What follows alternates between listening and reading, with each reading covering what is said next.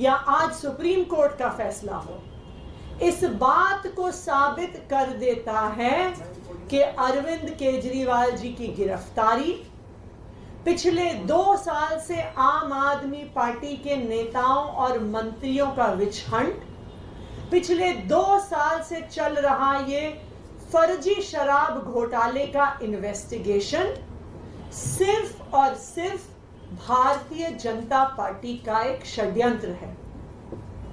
Bharatiya Janata party आम आदमी party का, दिल्ली सरकार का, दिल्ली के लोगों का काम रोकने के लिए साजिश रच रही है और इसीलिए उन्होंने दिल्ली के चुने हुए मुख्यमंत्री को एक फर्जी केस में बिना किसी सबूत के जेल में डाल दिया।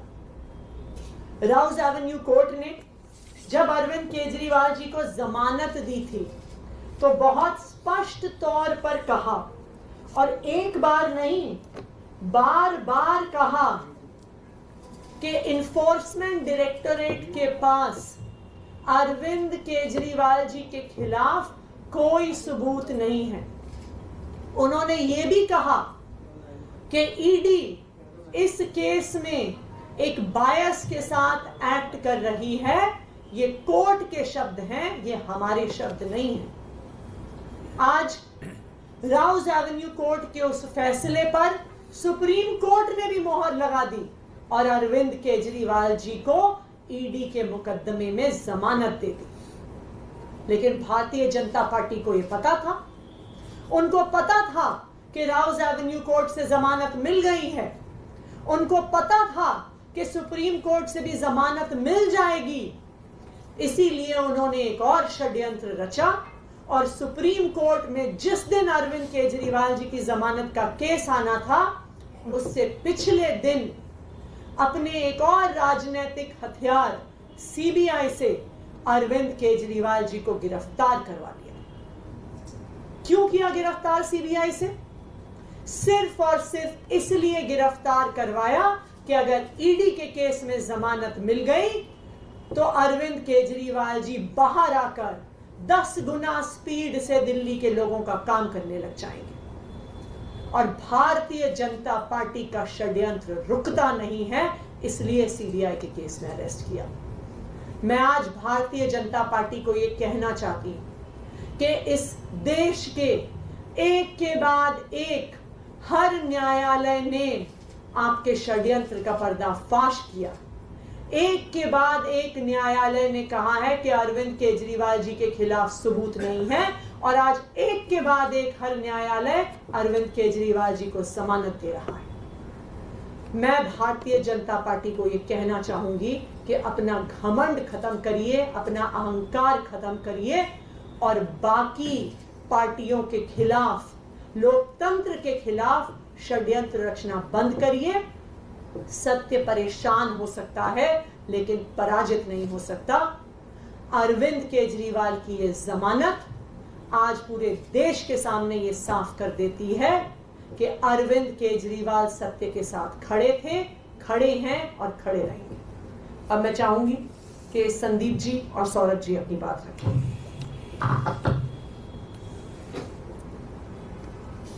आज माननीय सुप्रीम कोर्ट ने जो फैसला दिया है वो पूरे देश के लिए एक ऐतिहासिक फैसला है।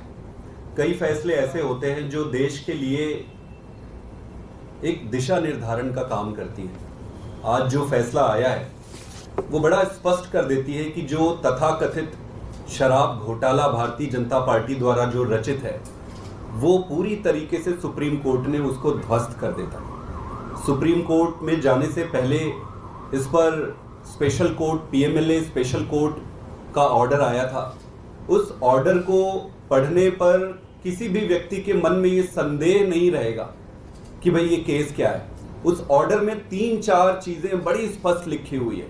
पहला कि कोई पैसे का लेन देन नहीं हुआ है। दूसरा, पैसे की कहीं एक चवन्नी की बरामद नहीं हुई है। तीसरा, अरविंद केजरीवाल जी का और पार्टी का दूर दूर से किसी चीज में कोई नाता ही नहीं है। जब करप्शन ही नहीं है इस पे तो नाते का सवाल ही नहीं है। और सबसे इंपॉर्टेंट चीज कि उसमें ईडी के इंटेंट को ये मार्क करने वाली बात है। कोर्ट के ऑर्डर में ईडी के इंटेंट पे बड़ा क्वेश्चन मार्क लगा है कि ईडी जो है बड़े एक मैलिफाइड इंटेंट के साथ काम कर रही है। ये बहुत बड़ी बात है। जब कोई एक एजेंसी अपने खोटे नियत के साथ किसी पक्ष के साथ व्यवहार करती है तो वो बहुत गंभीर विषय हो जाता है। स्पेशल कोर्ट के बाद मुद्दा आज सुप्रीम कोर्ट में आया। सुप्रीम कोर्ट में एक बड़े प्रश्न पर विचार किया जा रहा था और बड़ा प्रश्न क्या था? वो बड़ा प्रश्न ये था कि क्या ये पूरे का पूरा अरेस्ट ही इलीगल है? तो कोर्ट ने अपने तरीके से अध्ययन करके इसको बड़े बेंच के पास भेजा है। जो भी होगा वो देश के लिए अच्छा ही होगा, दिशा निर्धारण होगा आगे। लेकिन कोर्ट ने इंटरिम बेल ग्रांट किया है अरविंद केजरीवाल जी को। अब आपको ये समझना होगा कि पीएमएलए में जब सारे तथ्य और साक्ष्यों को देखकर सभी सबूत ये जो दिए हैं उसको एग्जॉस्ट करने के बाद ही ऐसे इंटरिम बेल या बेल दिए जाते हैं। तो मेरा ये सबमिशन है भारतीय जनता पार्टी से कि हर कोर्ट में आपको मुंह की खानी पड़ रही है और ये केस सिर्फ आपके द्वारा रचित एक सर्कस है। तो इस सर्कस को बंद करिए। देश का और जनता का और खास करके दिल्ली की जनता का समय व्यर्थ ना करें। नरेंद्र मोदी जी ने, अमित शाह जी ने और भारतीय जनता पार्टी ने इस देश को एक ही चीज दिया है। हर व्यक्ति का हर कार्यकाल की एक देन होती है कि भाई इसने क्या दिया, इसने क्या दिया, इसके कार्यकाल में क्या मिला। तो भाजपा के मोदी जी और अमित शाह के कार्यकाल में एक ही चीज मिला है उस देश को और वो है ये तानाशाही की ऐसी व्यवस्था जिसमें जिस राजनीतिक दल और राजनेता को ये सामने से हरा नहीं सकते या उनका सामना नहीं कर सकते, उनको गलत तरीके से, फ्रॉडुलेंट तरीके से षड्यंत्र करके जेल में डालना या उनको फंसाना, इसको बंद करना चाहिए। देश का बहुत समय वेस्ट हो रहा है। हमें नई राजनीति करनी है, देश को आगे लेकर जाना है। हम सब मिलकर जब अच्छी राजनीति करेंगे तभी देश आगे बढ़ेगा। मेरा ये फिर से रिक्वेस्ट है माननीय प्रधानमंत्री जी से और अमित शाह जी से कि ये गंदी राजनीति से बाहर आइए और अच्छी राजनीति करिए। मैं चाहूंगा कि सौरभ जी भी थोड़ा सा इस पर अपनी विचार रखें। आज जो सुप्रीम कोर्ट की double bench justice Sandeep Khanna, justice Dipankar Datta की बेंच ने जो सुप्रीम कोर्ट की छुट्टियों से पहले अपना ऑर्डर रिजर्व किया उसको आज उन्होंने सुनाया। उसके अंदर सुप्रीम कोर्ट के सामने ये सवाल थे कि अगर ईडी पीएमएलए एक्ट के अंडर सेक्शन 19 अरेस्ट करती है और अंडर सेक्शन 45 कोर्ट उसके अंदर बेल की बात सोचता है, तो सेक्शन 19 के अंदर जब ईडी जो एक एजेंसी है वो अरेस्ट करती है तो उसका जो डिसीजन है वो सब्जेक्टिव है, ऑब्जेक्टिव नहीं है। कोई तय सिद्धांत नहीं है किस पे वो अरेस्ट कर रहे हैं और वो सेक्शन 19 बेसिकली उन अफसरों की ओपिनियन है। तो अगर किसी कानून के अंदर बेल के प्रावधान इतने सख्त हैं जितने सेक्शन 45 में है तो उसमें अरेस्ट का थ्रेशोल्ड भी हाई होगा। ऐसा नहीं हो सकता कि आप बात बात पे अरेस्ट कर लें और फिर बेल ना दें। अगर बेल आसान है किसी कानून में तो उसमें अरेस्ट भी आसान होती है और अगर कानून में बेल मुश्किल है तो उसमें अरेस्ट होने भी क्या लगा लो कनेक्टेड तो है नहीं, इसको बिना कनेक्ट करे कर लेंगे। सर लाइव चल रहा है। तो बेल के सिद्धांत ये हैं कि अगर बेल मिलना किसी कानून के अंदर कठिन है तो उसके अंदर अरेस्ट का थ्रेशोल्ड भी हाई होना चाहिए। सुप्रीम कोर्ट ने need and necessity of bail के बारे में कहा और सुप्रीम कोर्ट ने दूसरी बात ये कही कि इस मामले में अरविंद केजरीवाल जी करीब 90 दिन से ज्यादा पहले ही जेल में रह चुके हैं, लिहाजा उनको इंटरिम बेल दी जाए। तीसरी बात सुप्रीम कोर्ट ने कही कि अरविंद केजरीवाल जी के ऊपर मुकदमा है, ऐसे में वो मुख्यमंत्री रह सकते हैं या नहीं रह सकते हैं, ये फैसला कोई कानून कोई कोर्ट नहीं कर सकता, ये फैसला स्वयं वही कर सकते हैं। लिहाजा इसके अंदर कोई कानूनी बंदिश नहीं है। जो हमारे भारतीय जनता पार्टी के मित्र कूद रहे थे कि साहब वो उनके ऊपर मुकदमा हो गया, वो अरेस्ट हो गए, तो अरविंद केजरीवाल को इस्तीफा दे देना चाहिए, तो वो हाईकोर्ट में भी गए, हाईकोर्ट ने भी यही बात कही और अंततः सुप्रीम कोर्ट ने भी यही बात कही कि वो मुख्यमंत्री रहेंगे या नहीं रहेंगे, इसमें कोर्ट कोई दखल नहीं कर सकता।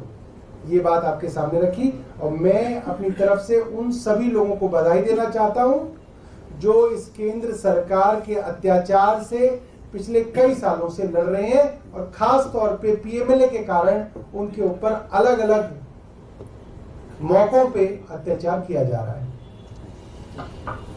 सौरभ जी, पहले हेमंत सोरेन को भी रिलीफ मिला जस्ट आफ्टर द इलेक्शन, अब सीएम को भी मिला, ये किस तरह का? देखिए, मैं ये समझता हूँ जुडिशरी भी आपके समाज का ही एक रिफ्लेक्शन होता है। आज पूरे देश में इस बात की चर्चा है कि जिसको चाहे भारतीय जनता पार्टी की केंद्र सरकार मुकदमों के अंदर फंसाती है। मुकदमों में फंसाने के बाद अपने राजनीतिक प्रतिद्वंदियों को जेल में डाला जाता है। जेल में डाल के उनके ऊपर एक प्रेशर बनाया जाता है कि यदि वे भारतीय जनता पार्टी के सामने सरेंडर कर दें, भारतीय जनता पार्टी के साथ मिल जाएं, तो उनके ऊपर वो मुकदमा कमजोर कर दिया जाता है। छापे भी इस तरीके से डाले जाते हैं। अब ये बात लगभग साफ हो गई है न्यायालयों के सामने कि ईडी के मुकदमे सिर्फ और सिर्फ राजनीतिक द्वेष की भावना से और उनको आम पृष्ठ करके भारतीय जनता पार्टी में लाने की भावना से केंद्र सरकार लगा रही है। तो कोर्ट्स इस चीज को रिफ्लेक्ट कर रहे हैं। इसी श्रृंखला में हेमंत सोरेन जी की बेल जो है हाई कोर्ट से हुई, अरविंद केजरीवाल जी की बेल तो लोअर कोर्ट से ही हो गई थी, आप देख सकते हैं। मगर जिस तरीके से ईडी रातों रात भागी, हाई कोर्ट के जज साहब ने बिना हाई कोर्ट का फैसला आए, ये इतिहास में पहली बार हुआ है, जिस जज ने हाई कोर्ट का फैसला ही नहीं पढ़ा, उसको यही नहीं मालूम कि लोअर कोर्ट ने किस बात पे बेल दी है, लोअर कोर्ट ने क्या दलीलें मानी है, क्या दलीलें खारिज की हैं, उस फैसले को बिना देखे हाई कोर्ट के जस्टिस साहब ने जो है उसके अंदर रोक लगा दी थी। तो वो भी जो मैसेज जो है मुझे लगता है पूरे समाज और जुडिशरी में गया है और ये बात साफ है कि केंद्र सरकार एक विच हंटिंग कर रही है। लेकिन अभी सीएम बाहर नहीं आ पाएंगे 17 जुलाई को। देखिए, वो तो आतिशी जी ने भी बताया, करेगा उनकी। देखिए, बार बार पहले सुप्रीम कोर्ट ने इंटरिम बेल दी, पीएमएलए में मिलती नहीं है, उन्हें मिली। फिर लोअर कोर्ट में न्याय बिंदु जी ने उनको बेल दी। अब देश की हाईएस्ट कोर्ट ने उनको इंटरिम बेल दे दी। आप इस बात को समझिए, जैसे ही न्याय बिंदु जी ने अरविंद केजरीवाल को ईडी के मामले में बेल दी थी, ये बात केंद्र सरकार को समझ में आ गई थी कि अब गई भैंस पानी में, अब अरविंद केजरीवाल बाहर निकलने वाले हैं। इसीलिए सीबीआई जो है रातों रात अरविंद केजरीवाल के यहाँ गई, तिहाड़ के अंदर उनको उन्होंने अरेस्ट किया। 2 दिन के लिए फॉर्मेलिटी के लिए जो है 3 दिन की उनकी जो है इंटेरोगेशन करी। अब जो है ये कह दिया कि जी इन्होंने सीबीआई ने भी इनको अरेस्ट कर रखा है, सिर्फ इसलिए कि कहीं गलती से अरविंद केजरीवाल जी की बेल सुप्रीम कोर्ट में हो गई तो उनको उसके बाद भी जो है जेल में रखा जाए। बट मैं ये मानता हूं पीसी एक्ट जो होता है, प्रिवेंशन ऑफ करप्शन एक्ट जो होता है, वो मोटे तौर पे सीआरपीसी से गवर्न होता है, जिसके अंदर bail is a matter of right. इस सीबीआई की बेल के अंदर सीबीआई को साबित करना पड़ेगा कि इनको जेल में क्यों रखना है। ईडी और पीएमएलए के मामले में जो एक्यूज होता है उसको साबित करना पड़ता है कि मैं बेकसूर हूं। तो इसके अंदर जो बर्डन ऑफ प्रूफ है वो सीबीआई के ऊपर है और मुझे लगता है सीबीआई में तो बहुत सारे जो एक्यूज हैं एक्साइज केस के अंदर, उन सबको बेल मिल रखी है।